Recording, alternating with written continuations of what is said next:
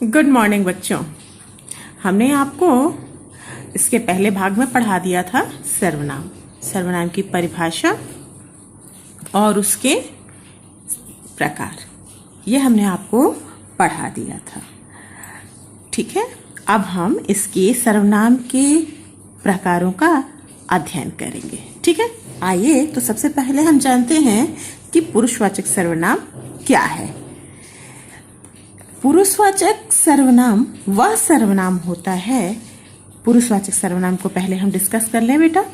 पुरुषवाचक सर्वनाम वह सर्वनाम होता है जिसमें वक्ता अपने लिए, सुनने वाले के लिए और जिसके बारे में बात की जाती है उसके लिए प्रयोग किया जाता है, ठीक है।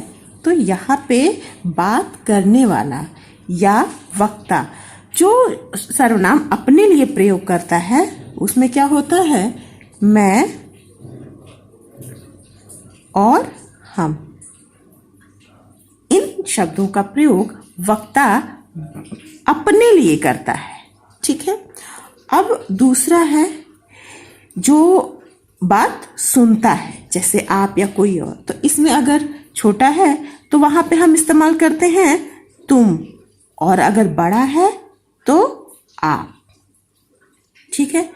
अब ये तीसरा आता है वह, यह, ये और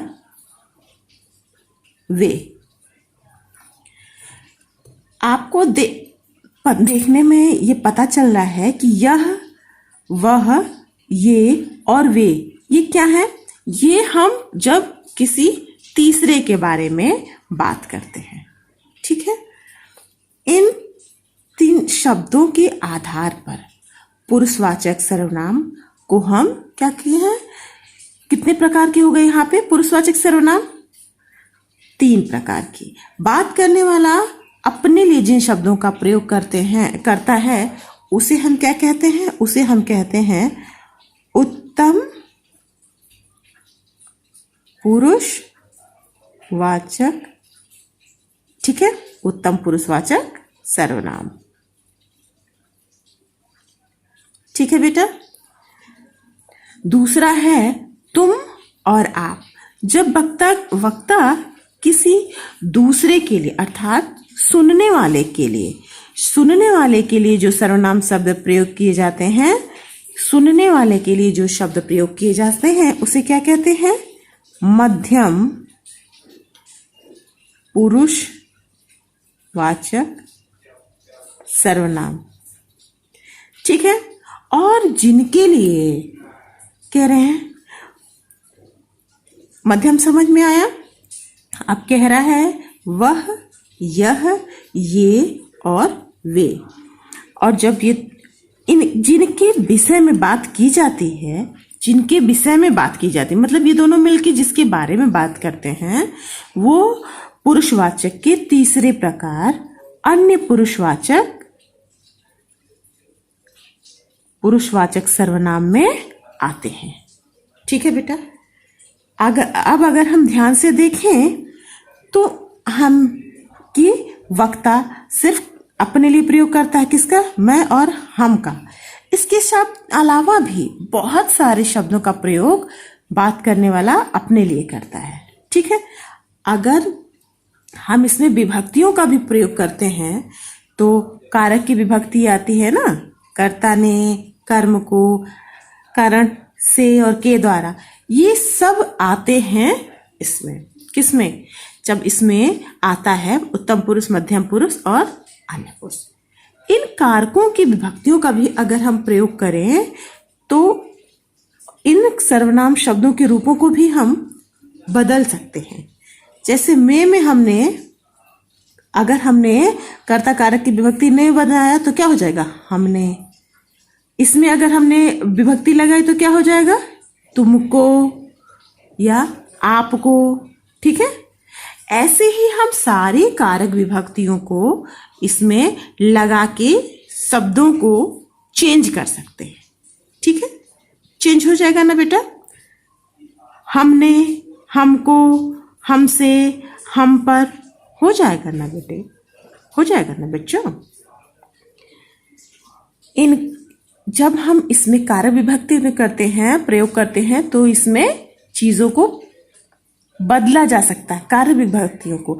ऐसे ही हम किसमें भी, वह, यह, ये, किसमें भी जोड़ सकते हैं। ठीक है, तुमने, तुमको, तुम्हारे लिए। ठीक है, आपसे भी ऐसे ही हो जाएगा। ऐसे सब चेंज होते चले जाएंगे।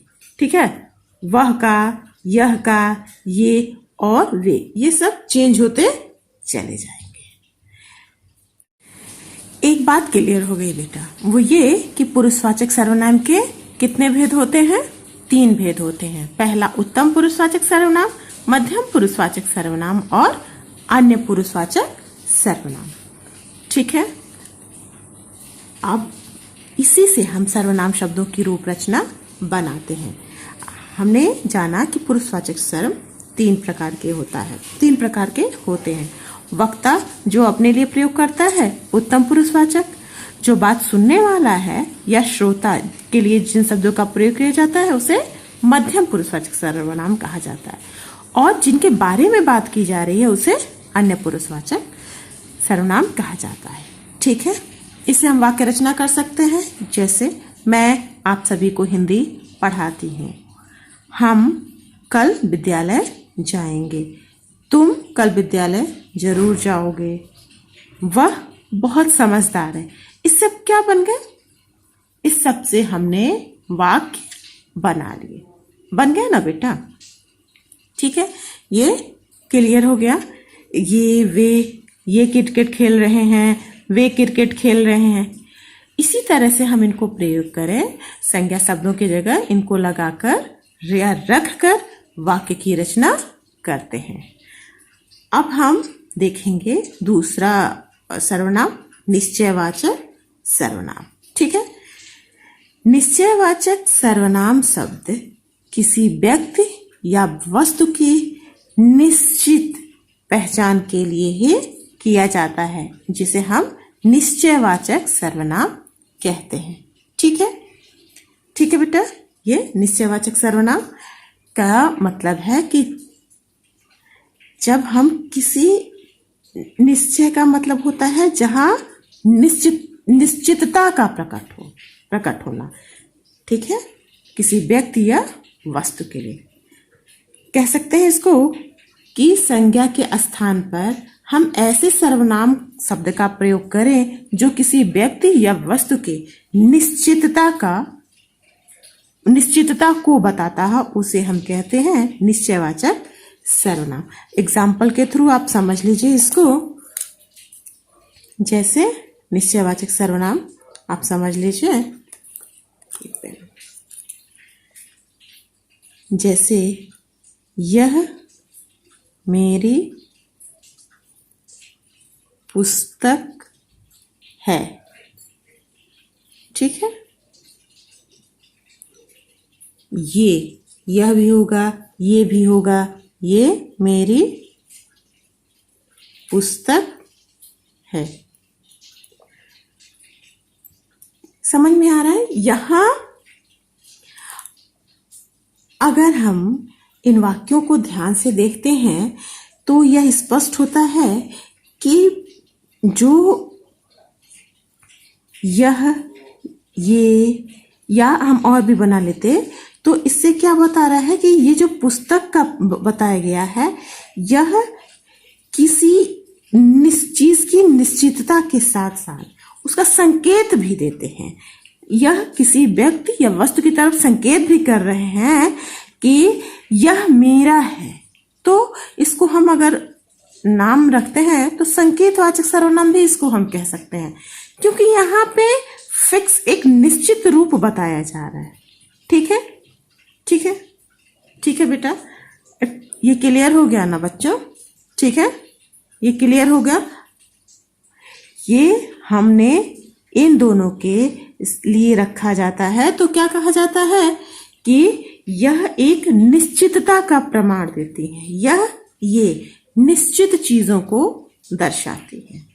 ठीक है बेटा, अब हम पढ़ते हैं अनिश्चयवाचक सर्वनाम। अनिश्चय का मतलब होता है वे सर्वनाम शब्द जहां पर पहला हमने पढ़ा, इसमें पढ़ा हमने निश्चय। निश्चय मतलब कि निश्चित तौर से पता था कि ये चीज, ये पुस्तक मेरी है। लेकिन यहाँ पे पता नहीं है कि अनिश्चयवाचक सर्वनाम का मतलब जहां निश्चितता का पता ना हो, कोई फिक्स ना हो। जैसे आज बारिश होगी, शायद आज बारिश होगी, शायद कल स्कूल खुले। जहां पर हम किस चीज का जिक्र करते हैं, जहां पे हमें कुछ क्लियर पता नहीं होता है, इसको आप कह सकते हैं कि जिन सर्वनाम शब्दों के द्वारा किसी निश्चित व्यक्ति या वस्तु का बोध ना हो। क्या कह रहा है? जिसमें किसी निश्चित व्यक्ति या वस्तु का बोध ना हो, वहां क्या होता है? वहां अनिश्चयवाचक सर्वनाम होता है। ठीक है बेटा, जैसे इसका भी एग्जाम्पल ले लीजिए। ये तो निश्चयवाचक का उदाहरण था, अब आप अनिश्चयवाचक का उदाहरण एक ले लीजिए। जैसे कह सकते हैं हम, इस बक्से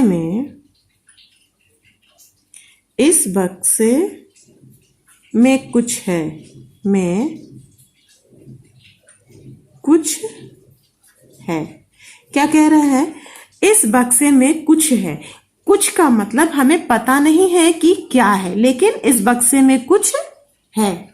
अगर हम कह सकते हैं दीवार के पीछे कोई है, यहां पे आता है ना बेटा, जैसे कि ये वर्ड्स आते हैं, कुछ, कोई, किसमें। ठीक है, ये सारे वर्ड हमें अनिश्चितता का बोध करते हैं। कोई फिक्स चीज नहीं है, बल्कि अनिश्चित है। कह रहा है इस बक्से में कुछ है, पता नहीं है कि उस बक्से में क्या है, इसलिए ये क्या है?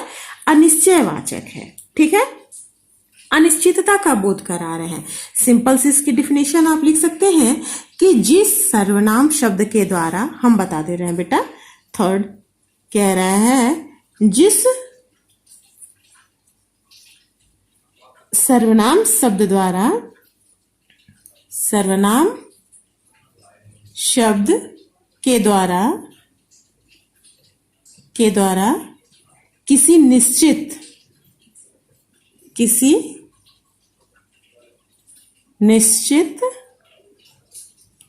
व्यक्ति या वस्तु का बोध न हो, उसे क्या कहते हैं? उसे क्या कहेंगे? वह अनिश्चयवाचक सर्वनाम कहलाता है।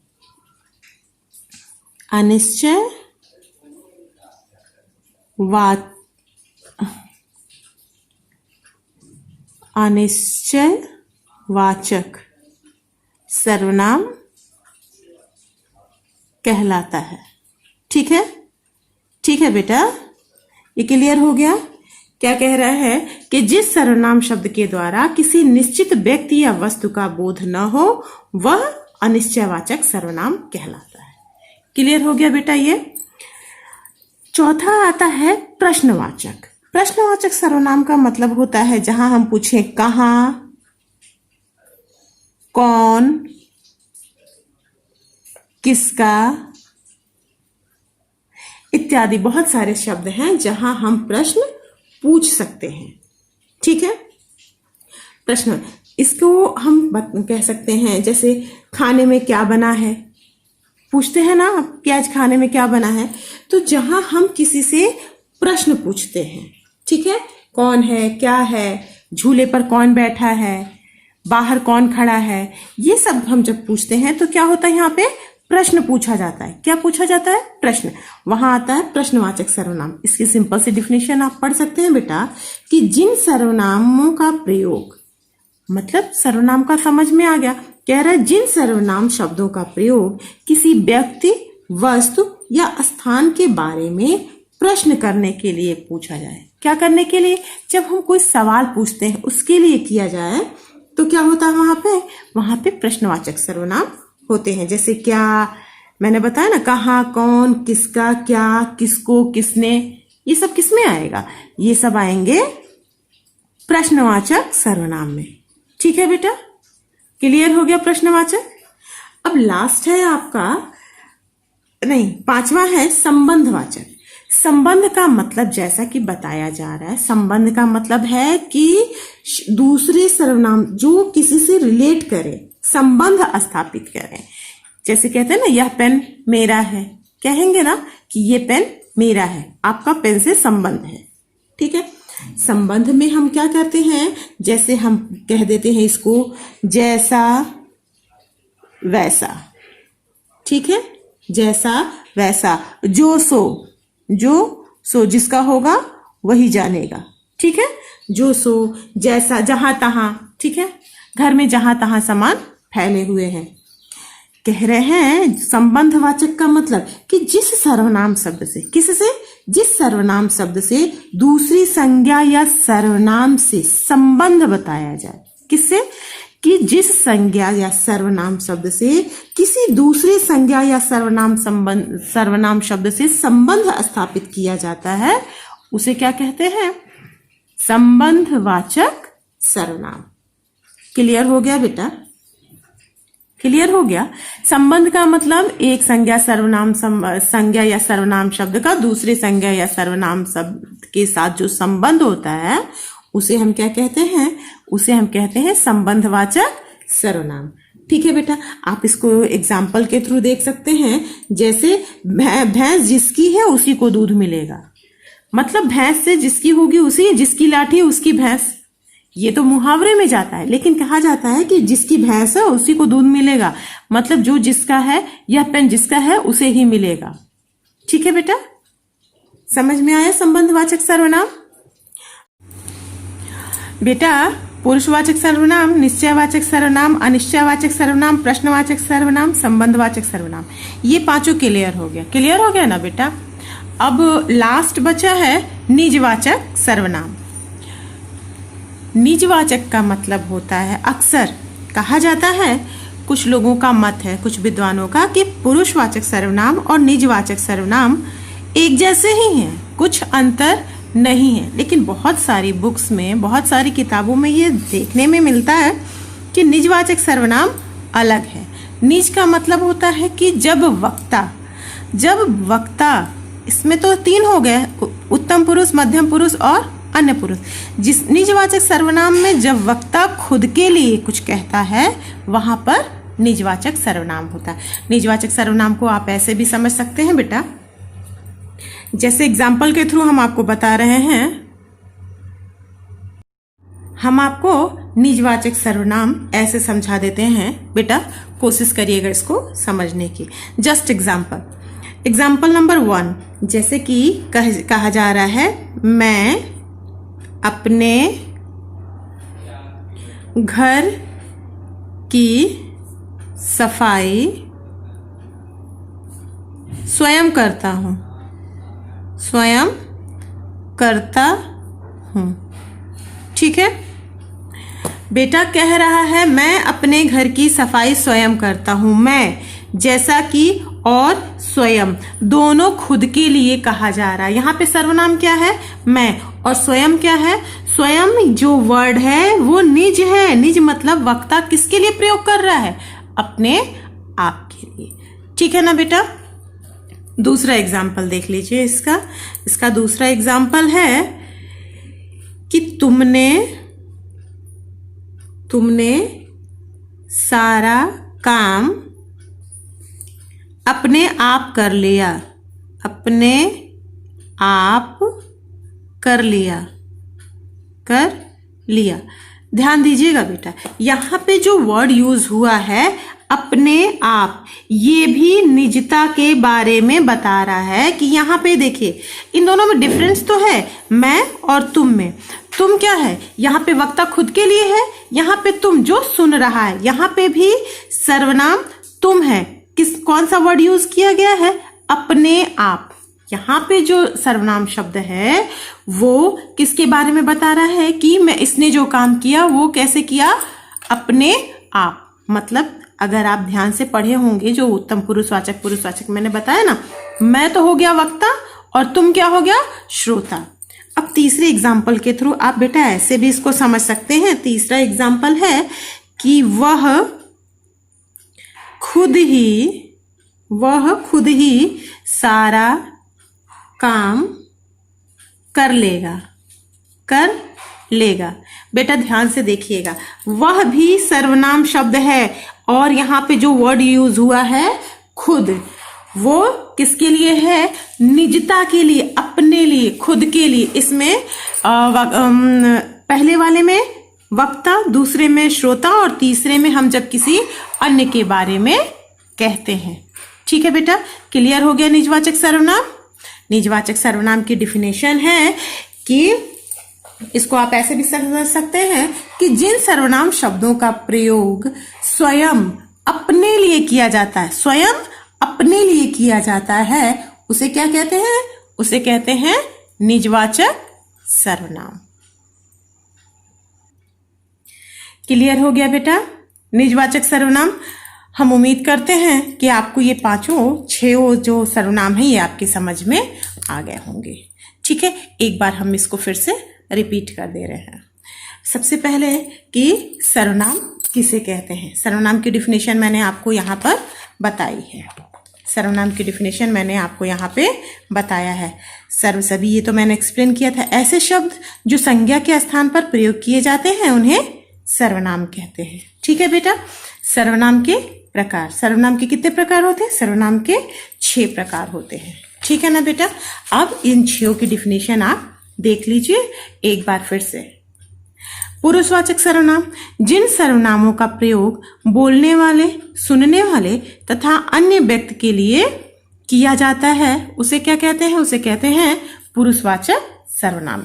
ठीक है, जैसे मैं पानी पी रहा हूं। क्लियर ना बेटा? पुरुषवाचक सर्वनाम के कितने भेद होते हैं बेटा? पुरुषवाचक सर्वनाम के 3 भेद होते हैं, उत्तम पुरुषवाचक, मध्यम पुरुषवाचक और अन्य पुरुषवाचक। ठीक है, उत्तम पुरुषवाचक सर्वनाम की डिफिनेशन है कि जिस सर्वनाम शब्द का प्रयोग वक्ता मीन्स बोलने वाला, अपने लिए करता है उसे क्या कहते हैं? उत्तम पुरुषवाचक सर्वनाम। इसका एग्जाम्पल है मैंने अपना कार्य कर लिया। ठीक है, दूसरा है मध्यम पुरुषवाचक सर्वनाम, जिस सर्वनाम शब्द का प्रयोग बोलने वाला, ठीक है, बोलने वाला सुनने वाले के लिए करता है। जैसे हम आपसे बोल रहे हैं और आप सुन रहे हैं तो आप क्या कहलाएंगे? श्रोता। ठीक है, करता है उसे मध्यम पुरुषवाचक सर्वनाम कहते हैं। ठीक है, तीसरा है अन्य पुरुषवाचक सर्वनाम। अन्य पुरुषवाचक सर्वनाम, जिस सर्वनाम शब्द का प्रयोग बोलने वाला सुनने वाले के अतिरिक्त, मतलब जैसे हम और आप बोलें किसी थर्ड पर्सन के लिए, ठीक है, जैसे फर्स्ट, सेकेंड और थर्ड पर्सन के लिए करता है। जिस सर्वनाम शब्द का प्रयोग बोलने वाला सुनने वाले के अलावा या अतिरिक्त किसी अन्य पुरुष के लिए करता है उसे क्या कहते हैं बेटा? उसे कहते हैं अन्य पुरुषवाचक सर्वनाम। जैसे वह जा रहा है, हम और आप बात की किसके बारे में? जो जा रहा है उसके बारे में। ठीक है बेटा, अब हम पढ़ते हैं तीसरा, आपका सेकंड सर्वनाम है निश्चयवाचक सर्वनाम। निश्चयवाचक सर्वनाम का मतलब होता है कि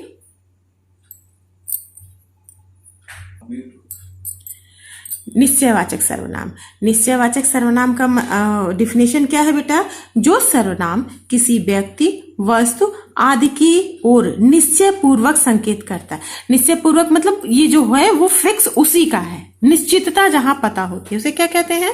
निश्चयवाचक सर्वनाम कहलाते हैं। ठीक है, एग्जाम्पल है यह मेरी पुस्तक है। बेटा एक बात और ध्यान रखिएगा, यह के बाद मतलब सर्वनाम के बाद अलग सेंटेंस लगाना जरूरी होता है। ठीक है, अब तीसरा है अनिश्चयवाचक सर्वनाम। अनिश्चय, जिस तरह से ये नाम को बता रहा है कि अनिश्चितता, जहां कोई निश्चितता ना हो, जिस सर्वनाम शब्द के द्वारा किसी निश्चित व्यक्ति या वस्तु का बोध न हो। ठीक है, हमें मतलब फिक्स नहीं पता है कि ये किसका है। ठीक है, वहां क्या होता है? अनिश्चयवाचक सर्वनाम कहलाता है। ठीक है, जैसे इसका एग्जाम्पल है बाहर कोई है, आपको ये नहीं पता कि कौन है, यहाँ पे अनिश्चितता प्रकट हो रही है। ठीक है, चौथा है बेटा संबंधवाचक सर्वनाम। जिस सर्वनाम से किसी दूसरी संज्ञा या सर्वनाम से संबंध स्थापित किया जाता है, मतलब एक संज्ञा या सर्वनाम से दूसरी संज्ञा या सर्वनाम से रिलेशन बताया जाता है, वहां क्या होता है बेटा? संबंधवाचक सर्वनाम। इसका आप ऐसे समझ लेते हैं कि जिसकी लाठी उसकी भैंस, जिसकी उसकी, जो जैसा करेगा वो वैसा भरेगा। ठीक है बेटा। फिफ्थ है प्रश्नवाचक। प्रश्नवाचक जैसा कि नाम है, क्वेश्चन मार्क। जब हम किसी से कोई सवाल पूछते हैं, इसकी डिफिनेशन है जिन सर्वनाम शब्दों का प्रयोग किसी व्यक्ति या वस्तु या स्थान के बारे में प्रश्न करने के लिए किया जाता है। जब आप कहीं जाते हैं तो पूछते हैं ना कि ये जगह कहाँ है या कैसे है, तो आप उस जगह के बारे में पूछते हैं। क्या रहा है? व्यक्ति, वस्तु या स्थान के बारे में प्रश्न करने के लिए किया जाता है, वो क्या कहलाता है? प्रश्नवाचक सर्वनाम। क्लियर बेटा? जैसे वहां कौन खड़ा है, तुम कौन हो। लास्ट निजवाचक, मैंने बताया अभी आपको ना, जहां वक्ता अपने लिए कुछ कहता है वहां पे कौन सा सर्वनाम होता है बेटा? निजवाचक सर्वनाम। जिन सर्वनामों का प्रयोग स्वयं अपने लिए किया जाता है उसे निजवाचक सर्वनाम कहते हैं। ठीक है। जैसे मैं अपने आप चला जाऊंगा, मैं अपना काम स्वयं करता हूं। क्लियर हो गया बेटा? सर्वनाम आपने क्या क्या पढ़ा बेटा? सबसे पहले आपने सर्वनाम की डिफिनेशन पढ़ी, देन उसके पार्ट्स पढ़े। उसके कितने भेद होते हैं? उसके 6 भेद होते हैं। पुरुषवाचक, निश्चयवाचक, अनिश्चयवाचक, संबंधवाचक, प्रश्नवाचक, निजवाचक। ठीक है। जैसा कि कुछ विद्वानों ने बताया कि एक सर्वनाम और होता है जिसे हम कहते हैं संयुक्त सर्वनाम। संयुक्त मतलब जब दो चीजें एक साथ इकट्ठी होती हैं उसे कहते हैं संयुक्त सर्वनाम। इसकी डिफिनेशन हम आपको एक बार ऐसे ही बता दे रहे हैं। एक विद्वान थे डॉक्टर डीन स्मिथ, उन्होंने कहा कि एक और प्रकार का सर्वनाम होता है, वो होता है संयुक्त सर्वनाम। ठीक है। संयुक्त सर्वनाम का मतलब होता है कि सर्वनाम के सभी भेद में जो भिन्नता अलग अलग जो दिखता है, सर्वनाम के सभी भेदों से इसकी भिन्नता इसलिए है, इन सभी सर्वनामों से अलग इसलिए है क्योंकि एक शब्द नहीं, जैसे बाकी सब में एक एक वर्ड आते हैं ना, मैं, वह, तुम, वे, ऐसे आते हैं ना, बल्कि इसमें एक से अधिक शब्द होते हैं। संयुक्त सर्वनाम में क्या होता है? एक से अधिक होता है। जैसे जो कोई, कोई और, हर कोई, सब लोग, कुछ ना कुछ। तो इसमें क्या होता है बेटा? इसमें एक से अधिक सर्वनाम होता है। इसमें क्या होता है? जैसे इसका एग्जाम्पल होता है जो कोई, जो कोई, हर कोई, कुछ ना कुछ, कुछ ना कुछ। ये सब क्या होता है बेटा? ये संयुक्त सर्वनाम के अंतर्गत आता है, क्योंकि बाकी सब में तो एक एक होते हैं ना, मैं, वह, तुम, कौन, किसका, किस लिए। ठीक है। लेकिन इसमें 2 सर्वनाम आते हैं। इट्स क्लियर बेटा? Any doubt? बेटा इस चैप्टर में अगर इतना समझाने के बाद भी अगर आपको कहीं कोई डाउट है तो आप हमसे पूछ सकते हैं। बाकी जितने क्वेश्चन आंसर हैं वो हम PDF के थ्रू आपके पास भेज देंगे। और आप जिस डेट पे मैंने ये सर्वनाम चैप्टर पढ़ाया है बेटा, उसी डेट पे आप ये सारे क्वेश्चन आंसर कंप्लीट करेंगे। ठीक है। मैंने आपको बुक देख लीजिए आप, मैंने आपको बताया था कि कारक से संबंधित मतलब मैंने आपको बताया था, ये चीज समझाया था ना बेटा, कर्ता, कर्म, करण, संप्रदान, अपादान। दिखाई दे रहा है? इसको अच्छे से आप पढ़ भी लीजिएगा और समझ भी लीजिएगा। अगर इसके बाद भी, मेरे समझाने के बाद भी अगर कोई डाउट है तो आप हमसे बात कर सकते हैं। ठीक है बेटा? आज के लिए बस इतना ही। थैंक यू बेटा।